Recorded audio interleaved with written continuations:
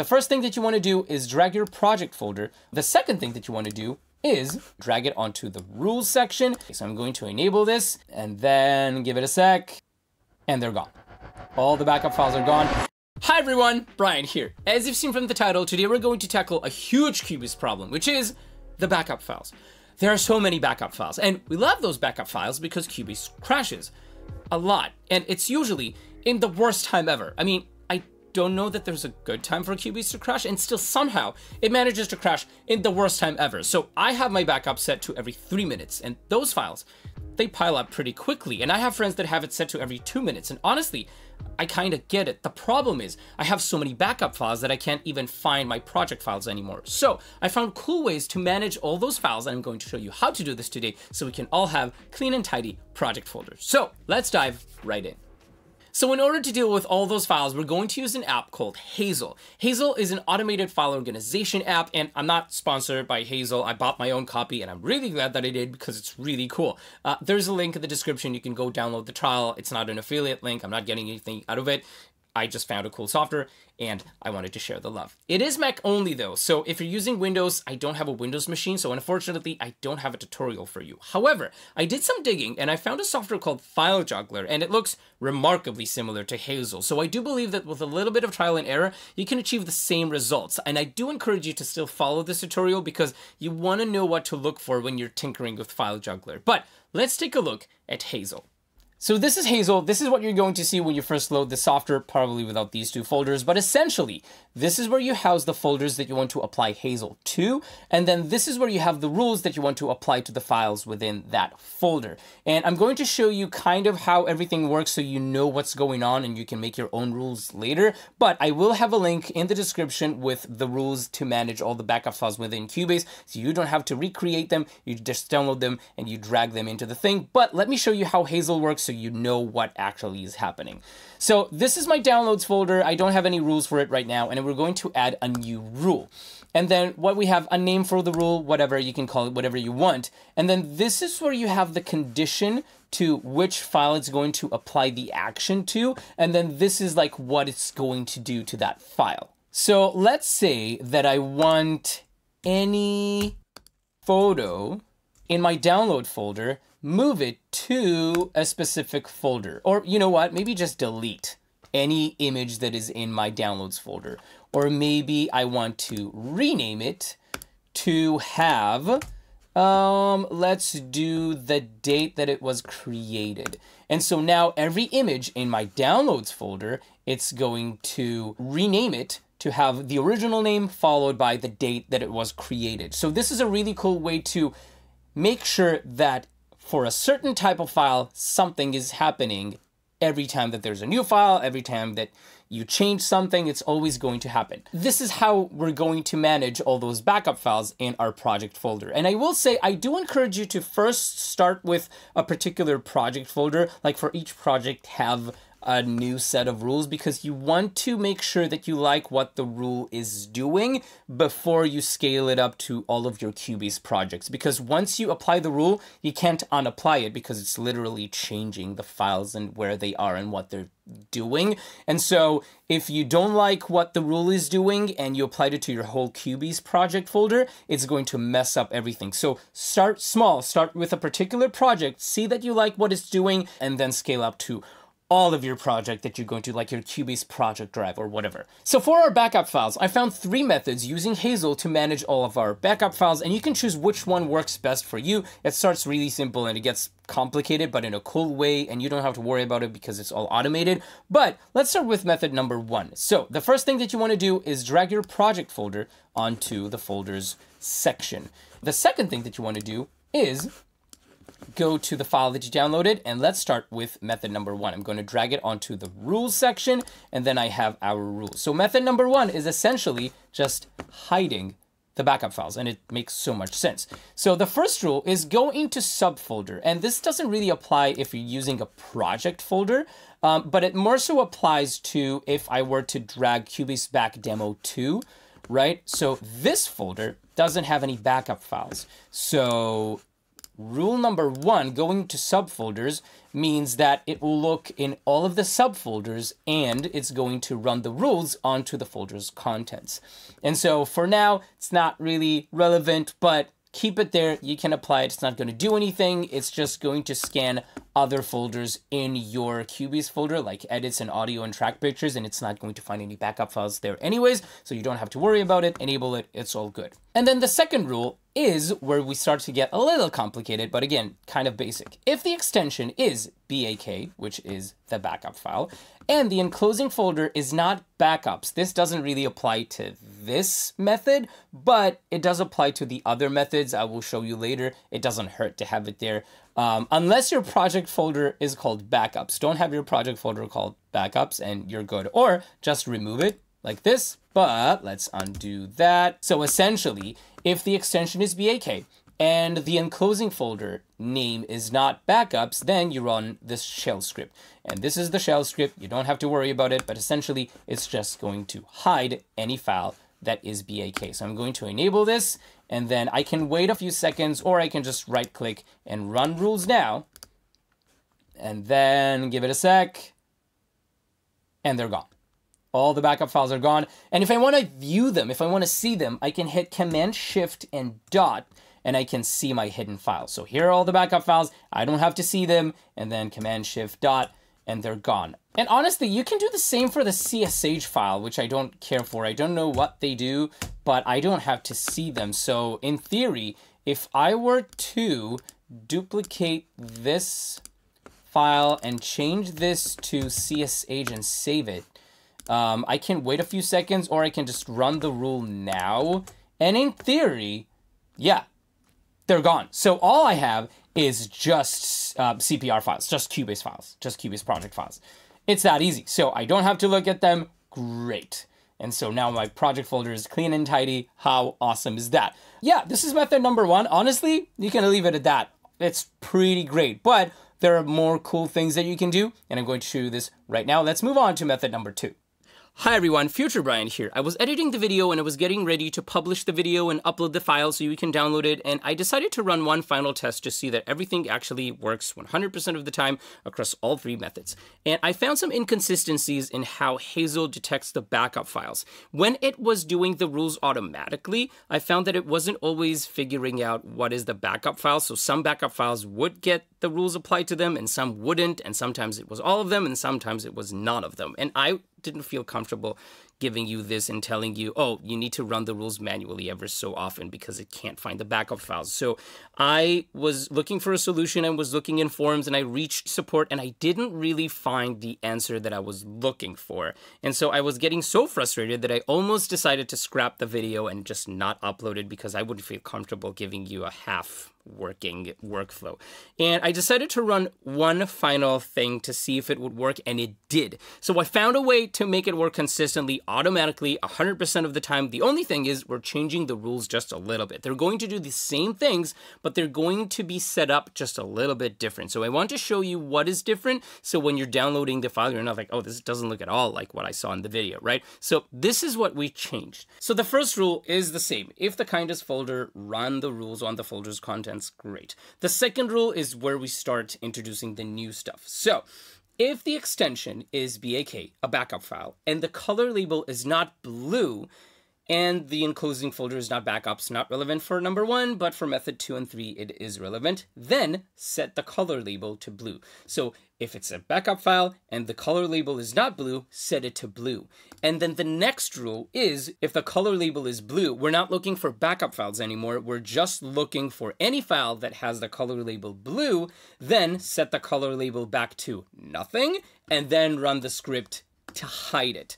And the reason that we're doing it this way is that I found that it's more consistent to label a backup file blue and then find any file that has a blue color label, which is just our backup files, and then applying the scripts to them. I found it to work just more consistently through Hazel. I don't know why. Maybe it's the backup file that Cubase is creating that is confusing Hazel, or maybe it's Hazel just not recognizing it properly, but this is, I found, to work 100% of the time for me, so I believe it's going to work for you as well. If you are using the blue color to label your stuff, maybe your project files, if If it's blue, it's ready for stems. And if it's green, it's approved. And if it's red, it's, you know, canceled or whatever.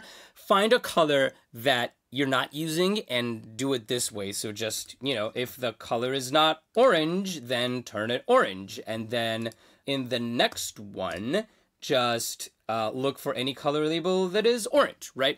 If you are using all of the colors, you might be using too many colors, but also you might need to use the other version that I'm showing in the video, and then you might need to run the rules manually ever so often. You can do it probably with Keyboard Maestro and schedule it, or create a hotkey for Keyboard Maestro to do it or something like that, or just go to Hazel at the end of the day, run the rule, and then it'll work. But if you don't want to do it, and you're not using all of the colors, and you have one of these colors available, then you can use this method, and I'll have both to download, so you can choose the color method and not the color method, and then you can choose which one you want to use. But the color method works every time, and it's going to work for method 2 and 3 also, which we're going to cover right now.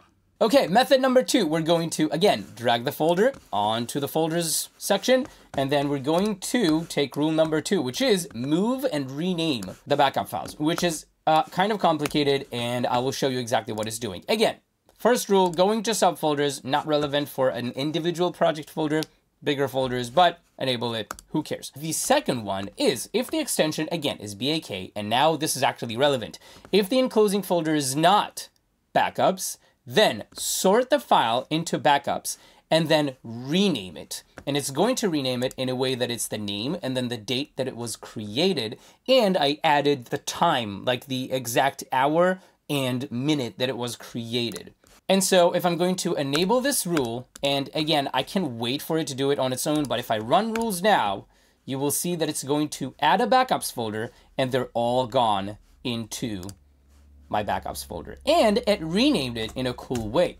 So it's the same name, but it was made Monday, March 25th, 2024 at 12:35, and this was 12:24 and 12:21. So you know when like your project crash and then you look at the clock and you look at like, oh, which time was this backup created so I know how much time I lost? You don't have to do that anymore. It's right there in the file name. There is a downside to this method, which is Cubase knows what backups it created. And so if you move it, Cubase doesn't know that the file is there. So you know how Cubase crashes and then you open up the project, it's like, oh, you know what? There's a newer version of this in a backup. Do you want me to open this? You're losing this functionality.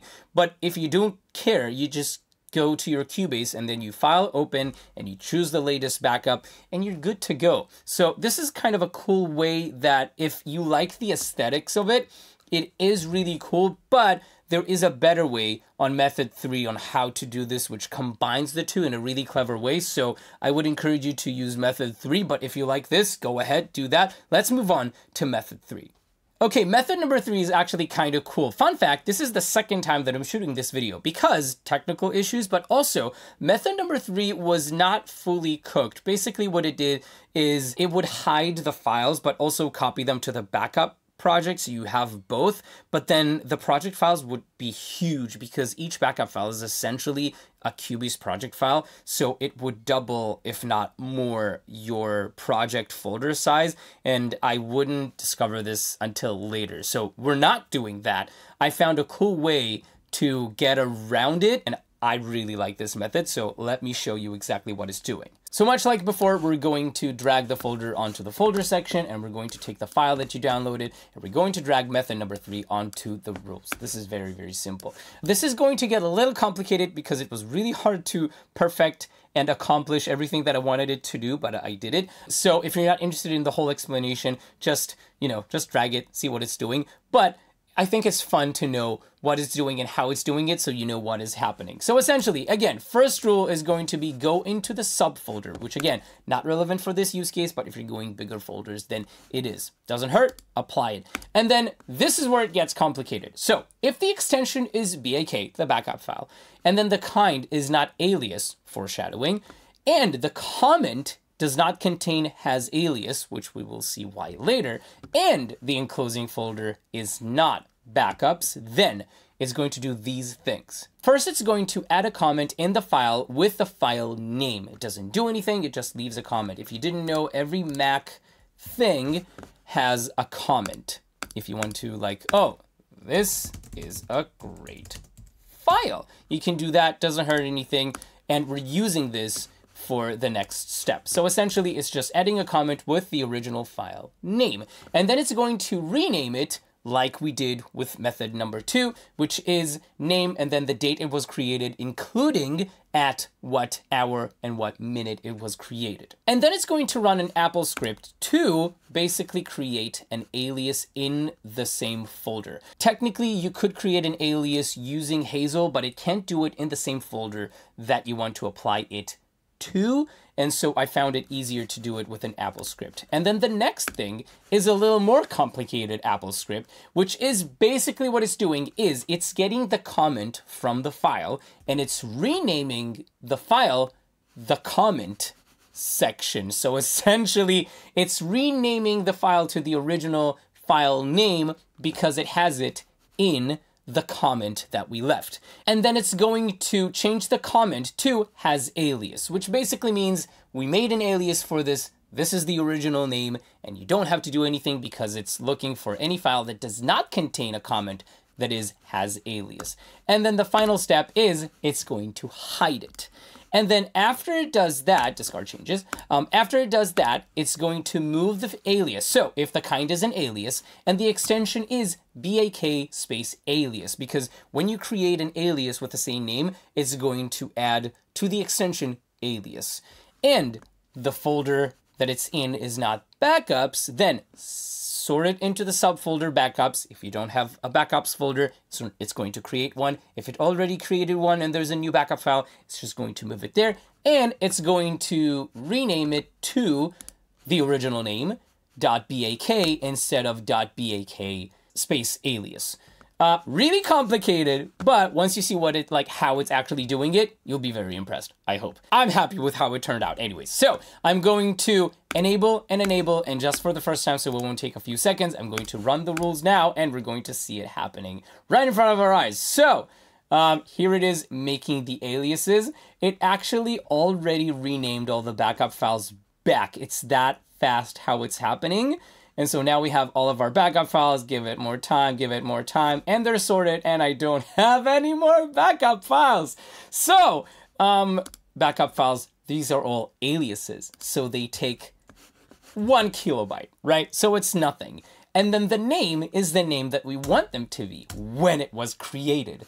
And if we do Command Shift dot or period, we can see the backup files and they are in the original name. So Cubase can know that these are backup files. And if it crashes, it can, you're like, oh, there's a new backup file. And if we go, even though this is a different name than the alias, if we go right click show original, it'll show me which one it is, which is this is the one, right? BAK number 4. Again, let's go show original, and yeah, this is the one. So even though we changed the name, it can still find it, and then Command Shift period, and we don't have to see this.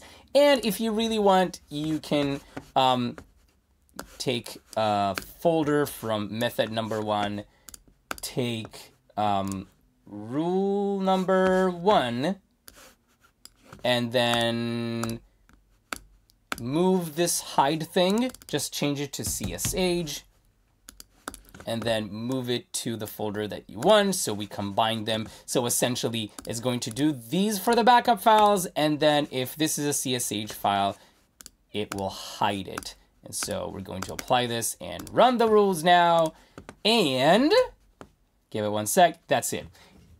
This is our project folder right now. I don't know, I think this is pretty cool. Imagine also what else you can do with this, right? You can automatically convert WAV files in your Mixdown folder. So the condition would be if the extension is WAV, which is a WAV file, and then the containing folder name is Mixdown, which is the default name for a project Mixdown folder, then open it with XLD, which is a free WAV to MP3 converter, and that way you don't have to export WAV and MP3 at the same time, and it saves you a step. You don't have to do it. But as far as the backup files, this is really cool. This is pretty much it. I did find a way to achieve similar results to the backups thing in Keyboard Maestro, which is cheaper than Hazel, but it's not really designed to do this. Keyboard Maestro offers more features in the long run, but if you're interested in file management, Hazel is the way to go. But Hazel is $42 for a single computer and $65 for 5 computers, which is, it's not too bad. I do wish that we wouldn't have to do all this, and Cubase already had a feature in the settings where we can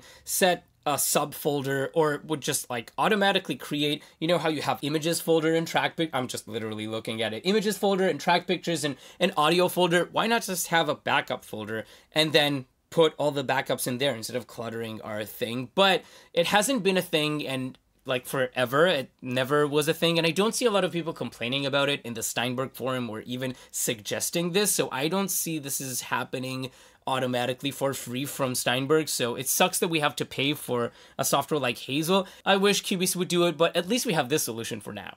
Anyways, this is it for this video. I hope that you found it useful. If you're a Windows user and you ended up going with File Juggler, please reach out, leave a comment, let me know so we can spread the word and let all the Cubase users in the world, Mac and Windows, united, we can let them have, you know, clean and tidy project folders. If you found value in this video, please consider subscribing. It really helps up the channel.